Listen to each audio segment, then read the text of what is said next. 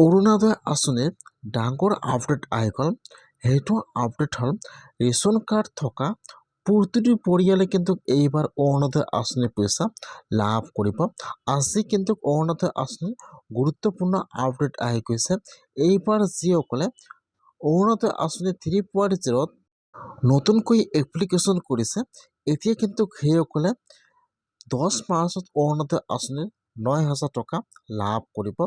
আৰু যিসকলে আগৰ পৰা প্ৰতি মাহে অৰুণোদয় আঁচনিৰ পইচা লাভ কৰি আছিল, এতিয়া কিন্তু অৰুণোদয় আঁচনিৰ এইবাৰ বহুতো মানুহৰ নাম কৰ্তন হৈ গৈছে। যিহেতু আজি অৰুণোদয় আঁচনিৰ গুৰুত্বপূৰ্ণ আপডেট আহি গ'ল। এইবাৰ কিন্তু যিসকল বিধৱা মহিলা আছে, অৰুণোদয় আঁচনি পাব লাগে, এতিয়ালৈকে অৰুণোদয় আঁচনিৰ পইচা লাভ কৰা নাই, এতিয়া কিন্তু সেইসকলৰ কাৰণে আজি নতুন আপডেট আহি গ'ল। এইবাৰ কিন্তু ৰেচন কাৰ্ড থকা প্ৰতিটো বিধৱা মহিলাই অৰুণোদয় আঁচনিৰ পইচা লাভ কৰিব। যিহেতু আজি অৰুণোদয় আঁচনিৰ গুৰুত্বপূৰ্ণ আপডেট আহি গৈছে যে ৰেচন কাৰ্ড থকা প্ৰতিটো পৰিয়ালে এইবাৰ অৰুণোদয় আঁচনি লাভ কৰিব লাগিব। সেইকাৰণে যদি আপোনালোকে আগৰ পৰা প্ৰতি মাহে অৰুণোদয় আঁচনিৰ পইচা লাভ কৰি আহিছিল আৰু আপোনালোকে এইবাৰ অৰুণোদয় আঁচনি 3.0 নতুনকৈ এপ্লিকেশ্যন কৰিছে, যিসকলে 10 মাৰ্চত অৰুণোদয় আঁচনিৰ 9,000 টকাটো লাভ কৰিব। আজি কিন্তু অৰুণোদয় আঁচনিৰ নতুন লিষ্ট মুকলি হৈ গৈছে। এই লিষ্টত যিসকলৰ নাম থাকিব, সেইসকলে কিন্তু 10 মাৰ্চত অৰুণোদয় আঁচনিৰ পইচা লাভ কৰিব। এই লিষ্টত যিসকলৰ নাম আহিছে, কিছুমানৰ কিন্তু EKYC সম্পূৰ্ণ নাই, এতিয়া সেইসকলে EKYC সম্পূৰ্ণ কৰিব লাগিব। আৰু যিসকলৰ EKYC সম্পূৰ্ণ হৈ আছে, আপোনালোকে আৰু EKYC সম্পূৰ্ণ কৰিব লাগিব।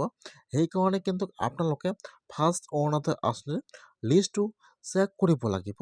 যদি আপোনালোকে এইবাৰ অৰুণোদয় আঁচনি 3.0 নতুনকৈ এপ্লিকেশ্যন কৰিছে, অথবা আপোনালোকে আগৰ পৰা প্ৰতি মাহে অৰুণোদয় আঁচনিৰ পইচা লাভ কৰি আহিছিল, তেনেহ'লে আপোনালোকে ফাৰ্ষ্ট অৰুণোদয় আঁচনিৰ লিষ্টটো চেক কৰিব লাগিব যে আপোনালোকৰ লিষ্টত নামটো আহিছে নে অহা নাই। যদি আপোনালোকৰ লিষ্টত নাম আহিছে আৰু আপোনালোকৰ ইয়াত লিখা আছে EKYC yes, তেনেহ'লে কিন্তু আপোনালোকে আৰু EKYC কৰিব নালাগে। আপোনালোকৰ একাউণ্টত অট'মেটিকলি অৰুণোদয় আঁচনিৰ পইচা 10 মাৰ্চত 9,000 টকা সোমাই যাব। আৰু যদি ইয়াত লিখা থাকে EKYC no, তেনেহ'লে কিন্তু আপোনালোকে এতিয়া অৰুণোদয় আঁচনিৰ EKYC সম্পূৰ্ণ কৰিব লাগিব।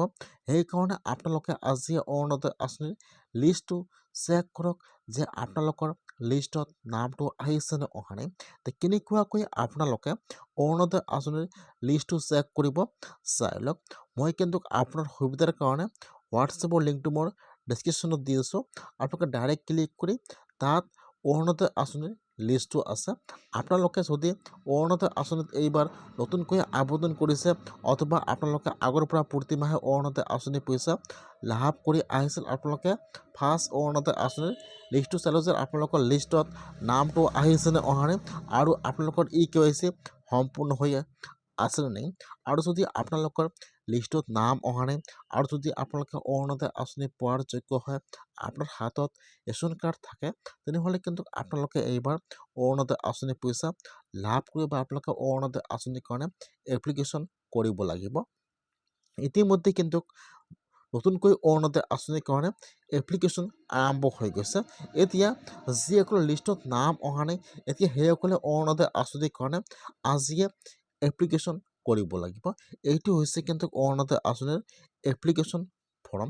এতিয়া আপোনালোকে ফৰ্মটো ক'ত পাব? ফৰ্মটো কিন্তু হোৱাটছএপৰ লিংকত দিয়া আছে। আপোনালোকে ক্লিক কৰি ফৰ্মটো ডাউনলোড কৰি ফিল আপ কৰি ইয়াৰ লগত আপোনাৰ সকলো ডকুমেণ্ট জেৰক্স আপোনালোকে আপোনাৰ পঞ্চায়ত অথবা আপোনালোকে আপোনাৰ ব্লকত জমা কৰিব লাগিব। যিসকল বিধৱা মহিলা অৰুণোদয় আঁচনি পোৱা নাই, সেইসকলে আজি অৰুণোদয় আঁচনিৰ কাৰণে এপ্লিকেশ্যন কৰক। এইবাৰ কিন্তু যিসকলে অৰুণোদয় আঁচনিৰ পইচা প্ৰতি মাহে লাভ কৰি আছে, তাৰ ভিতৰত বহুতো মানুহৰ নাম কৰ্তন হৈ গৈছে। বহুতো মানুহ কিন্তু এইবাৰ অৰুণোদয় আঁচনিৰ পইচা লাভ নকৰিব।